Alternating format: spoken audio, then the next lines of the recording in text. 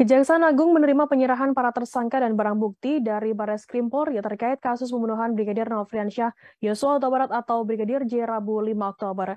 Jaksa Agung Muda Bidang Tindak Pidana Umum atau Jampidum Fadil Zumhana mengatakan sejumlah bukti sudah diverifikasi pada Selasa 4 Oktober untuk diserahkan pada hari ini Rabu 5 Oktober. Ada dua berkas perkara dalam kasus tersebut. Yang pertama yakni tindak pidana pembunuhan berencana pasal 340 KUHP dengan 5 orang tersangka. Kelimanya yakni atas nama Ferdi Sambo atau FS, Ricky Rizal alias RR, Richard Eliezer alias RE, Kuat Maruf alias KM, dan Putri Chandrawati alias PC.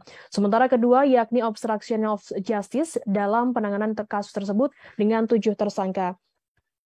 Ketujuh tersangka yakni Ferdi Sambo, Cuk Putranto atau CP, Baikuni Wibowo atau Beki, Arif Rahma Arifin atau ARA, kemudian Hendra Kurniawan atau HK, Agus Nurpatria atau AN, dan Irfan Widianto alias IW.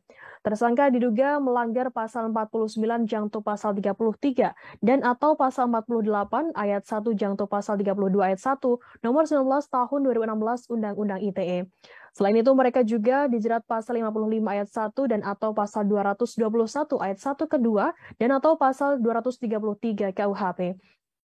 Ferdi Sambo ditahan di Makobrimob, sementara RR dan juga KM ditahan di Rutan Barreskrim Polri, sedangkan Putri Chandrawati ditahan di Rutan Salemba, Cabang Kejagung RI. Di sisi lain, Fadil menanggapi soal usul JPU yang menangani persidangan Ferdi Sambo CS di tempat khusus atau safe house.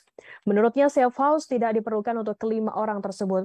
Fadil Zumhana yakin tidak akan ada intervensi saat menuntut Ferdi Sambo CS dalam persidangan. Sementara itu, saat penyerahan tersangka kepada Kejagung RI, tampak Ferdi Sambo mengenakan pakaian tahanan warna oranye. Ia juga sempat mengucapkan permintaan maaf dan penyesalannya yang membuat Brigadir J meninggal dunia. Dalam pengakuannya, ia tersulut emosi dan amarah karena peristiwa di Magelang. Namun Sambo tak merinci lebih detail terkait insiden tersebut. Di sisi lain, Sambo menyatakan permohonan maaf terhadap pihak-pihak yang dirugikan yang terdampak perbuatannya di kasus pembunuhan berencana terhadap Brigadir J. Saya lakukan semua ini karena kecintaan saya pada istri saya. Saya tidak tahu bahasa apa yang dapat saya mengungkapkan perasaan, emosi, dan amarah akibat peristiwa yang terjadi di Magelang. Kabar yang saya terima sangat menghancurkan hati saya. Saya sangat menyesal.